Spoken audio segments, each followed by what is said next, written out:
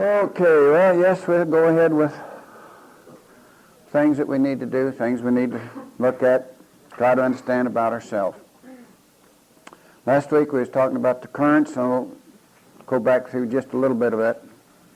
The current that comes from the heart center, we have to understand how this works. It goes through the body, it has two currents, flows in as a positive and negative energy, gets into the spinal system, comes up through and balances our electrical magnetic energy forces. When it forms a cross on top of the head, which is called the cross of Calvary in some of our teachings, this is when you overcome death. You will never be afraid of death once this happens to you. You'll understand it. You'll be able to make your Passovers now, see what death's all about, watch other people die, where they go, what happens to them.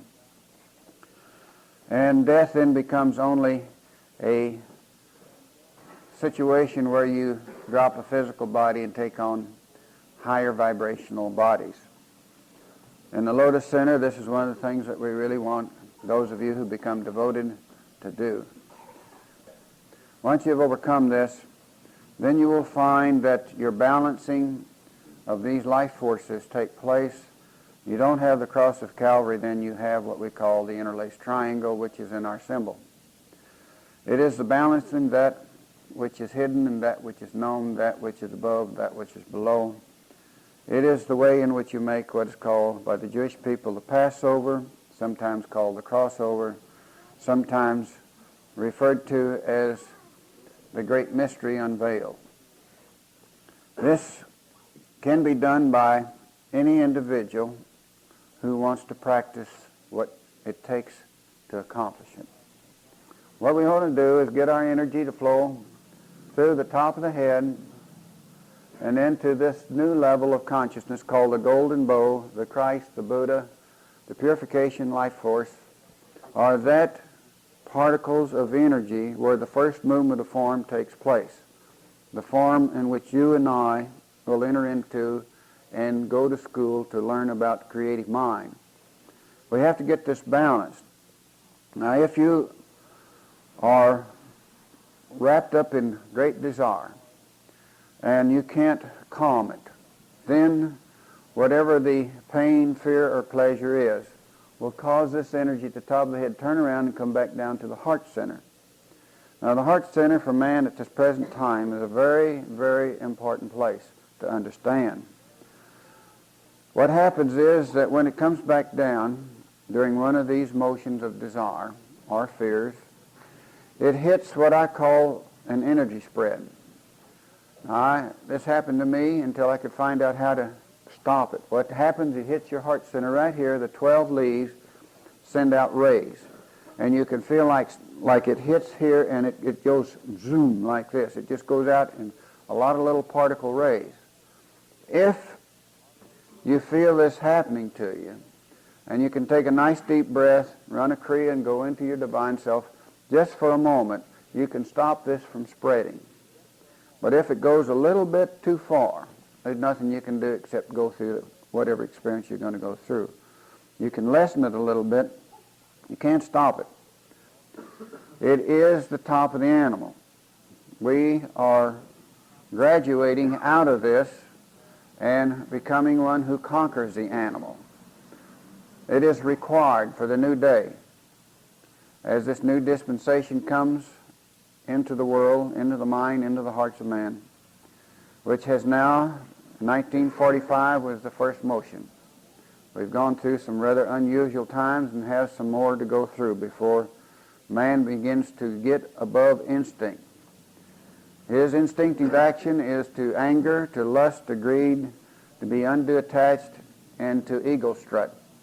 The problem is that when we do this, it throws us into what we call the karma, which means cause and effect. As Jesus said, sow and reap. Karma will rule. There's no way to get away from it. But if you will move your consciousness into these two levels, you can live karma-free. That means that this energy here will burn up that which comes from below and dissolve it quickly. You'll find that when you do something that is really karma for the personality, if you really sit down and meditate at least once a day, 5 or 10 minutes, that it will hit you quickly. And you'll have to face it quickly. It doesn't build up in what we call the Akashic records. It doesn't mean that you don't experience it. Oh, you'll experience it. As long as you got this physical form to wear around, you're going to experience cause and effect, the law of karma. There's no way of getting away from that.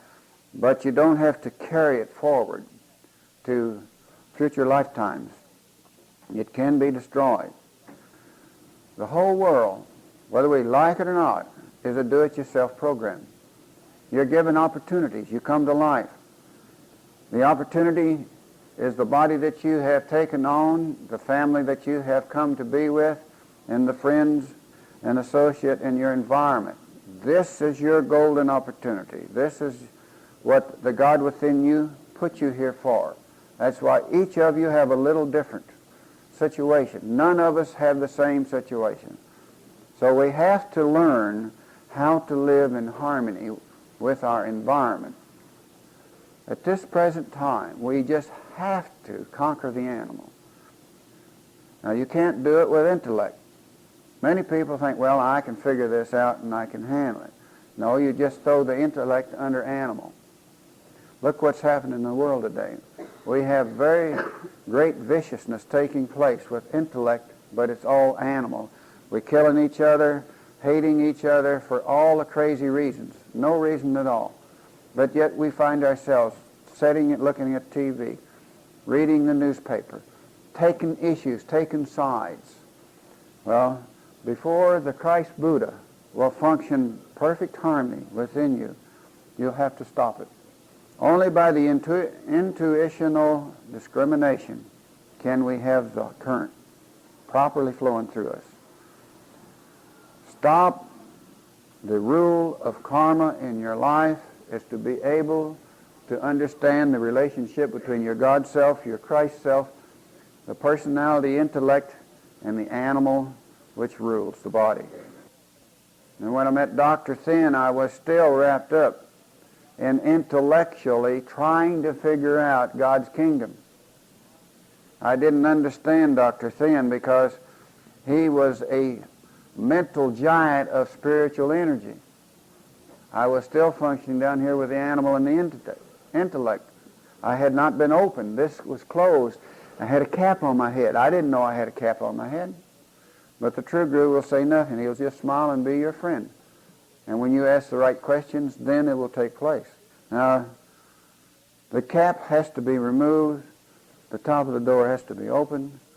The wick or the spinal system has to be brought through. And it has to be trimmed and lit. It tells you about it in the Bible. Our scriptures is full of the knowledge. It's all there. It's just been garbled and hard to understand. What we have to do is get so balanced and so in harmony that we don't get out of balance in any situation. To grow spiritually, you must develop love, you must be graceful, and you must, to be merciful means that I have to be so in tune with my divine self that when you're falling in an unpleasant situation, I have to let you fall. I have to just let you fall to the bottom. And then when you holler, I need help, I have to be there ready to put my hand down and say, yes, come on now, I will help you. I know that in time, if you do certain things, that if you don't find me, you'll find someone. So why should I worry about you? We have to learn to love this part of the person. You can feel it. See, feel, and become. This is the path. Everybody wants to see a slow man on a totem pole and gets you more damn trouble than you can ever shake a stick at. Well, how can you feel it? By being peaceful, by being harmonious, by not having extreme opinions about how you think it ought to be when it's not the way you think it should be. You sort of find a joy in the thing. How many of you know that you can get out of your body? I just like to see. How many here know? See, you know that, don't you? You know that you're not, that when this thing quits operating, that you'll just step out of it. Why? Because you've already done it. You know it. I know it also. Because I too died and went there. But you see, Jesus said you must be reborn again. You can right now. Please believe me, if you can't believe nothing else, this can happen to you. You can go to your God self, the personality will die, and it will come back in, and it will be rebirthed into superconsciousness. This is true. And this is what we teach, and this is what we want for you. But what I want you to learn how to do is before you drop your body, is to be able to go through this to here. And when you go through that now, you will have what Jesus talked about as being reborn again. All it is the mind, the consciousness, the rebirth of awareness comes into the brain system. The two hemispheres of the brain are no longer one side dominant, the other. It begins to balance. You'll have light on both sides of the head. You'll have a nice rhythm right through the center of the head in which you can balance both phases of the positive and negative energy forces, and you can be free. It takes a little time. And I don't promise that it's going to happen tomorrow and next day. I say it will happen when you do the right things.